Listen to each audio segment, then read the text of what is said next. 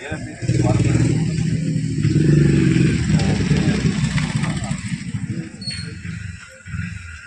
10 రోజుల కిందట జమ్మికుంట పట్టణ బీజేపీ శాఖ ఆధ్వర్యంలో గాంధీ చౌరస్తాలో మానేరు ఇసుక మా జమ్మికుంట స్థానిక ప్రజలకే తక్కువ ధరకు ఇవ్వాలని చెప్పి ఒకరోజు నిరసన దీక్ష చేపట్టినా కూడా ఈ ప్రభుత్వం కానీ ప్రభుత్వ అధికారులకు కానీ మైనింగ్ డిపార్ట్మెంట్ కానీ పోలీస్ శాఖ వారు కానీ సీమకు పుట్టినట్టు కూడా స్పందించట్లేదు.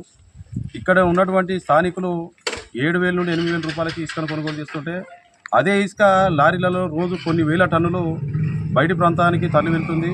దీన్ని మేము ప్రశ్నిస్తున్నాం. అయ్యా స్థానిక ఎమ్మెల్యే గారు, అయ్యా కాంగ్రెస్ పార్టీ నియోజక ఇన్ఛార్జ్ ప్రణబ్ బాబు గారు, మీరు ఏం చేస్తున్నారు? ప్రజల సమస్యలు పట్టించుకుంటారా, లేకుంటే మీరు కేవలం ఫోటోలకి టీవీలలో కనబడడానికి హంగు ఆర్భటలకి కనబడతారా? ఈ స్థానిక ప్రజల గురించి మీరు ఆలోచన చేయాలని చెప్పి కోరుకుంటున్నాం. ఎందుకంటే ఏదైతే కాంగ్రెస్ పార్టీ గొప్పలు చెప్పుకుంటుందో ఇందిరమ్మ ఇల్లు మేము ఇస్తున్నామని చెప్పి ఆ పేద ప్రజల్ని రక్తం తాగినట్టు తాగుతున్నారు. ఎట్లా అంటే ఒక్క ట్రిప్పు 1,500 రూపాయలు మాకు దొరికే ట్రిప్పు ఇవాళ 7 నుండి 8,000 కొనాలంటే వాళ్ళు అయోమయంలో పడి అప్పులు చేసి నష్టపోతున్నారు. కాబట్టి ఇప్పటికైనా కూడా స్థానిక ఎమ్మెల్యే గారు, ప్రభుత్వ అధికారులు మొత్తం చొరవ తీసుకొని స్పందించినట్లయితే, వెంటనే ఒక వారం లోపల స్పందించినట్లయితే మేము బీజేపీ పార్టీ తరఫున రిలే నిరాహార దీక్షలు కూర్చుంటామని చెప్పి హెచ్చరిస్తున్నాం. ఈరోజు భారతీయ జనతా పార్టీ జమ్మికుంట పట్టణ శాఖ ఆధ్వర్యంలో స్థానిక రెవెన్యూ ఆఫీసర్ గారికి వినతి పత్రం ఇవ్వడం జరిగింది. ఎందుకంటే గత 10 రోజుల క్రితం జమ్మికుంట పట్టణం లోపల గాంధీ చౌరస్తా లోపల భారతీయ జనతా పార్టీ స్థానిక మారేరు నుంచి ఇసుక హైదరాబాద్ వరకు పోతుంది. జమ్మికుంట ప్రజలకు తక్కువ ధరకు వస్తలేదు, తర్వాత ఆన్లైన్లో వస్తలేదు, ఆఫ్లైన్లో వస్తలేదు. వాళ్ళు ఇసుక కొనాలంటే ఇవాళ 6 నుంచి 8,000 రూపాయలు పెట్టాల్సి వస్తుంది. మాకు ఇవాళ మీరు ఆన్లైన్ లోపల 1,500కు 1,800 రూపాయలకు ఎట్లా ఇస్తున్నారో మాకు స్థానికంగా కూడా అదే రేటుతోని ఆన్లైనా ఆఫ్లైనా ఈ జమ్మికుంట పరిసర ప్రాంతాలకు కావచ్చు, జమ్మికుంట లోపల కూడా ఇవ్వాలని చెప్పి దీక్ష చేయడం జరిగింది. 10 రోజులైనా ఇప్పటి వరకు స్థానిక మైనింగ్ అధికారులు కావచ్చు, జిల్లా కలెక్టర్ గారు కావచ్చు, అలాగే రెవెన్యూ వాళ్ళు కావచ్చు, పోలీసు వాళ్ళు కావచ్చు, పోలీసు వాళ్ళు ఎందుకు క్యాంపులు పెడుతుండ్రో అర్థమైతలేదు. మీరు ఇసుకని ఆపుతుండ్రు, దీని ద్వారా స్థానిక ప్రజలకు అంతలేదు.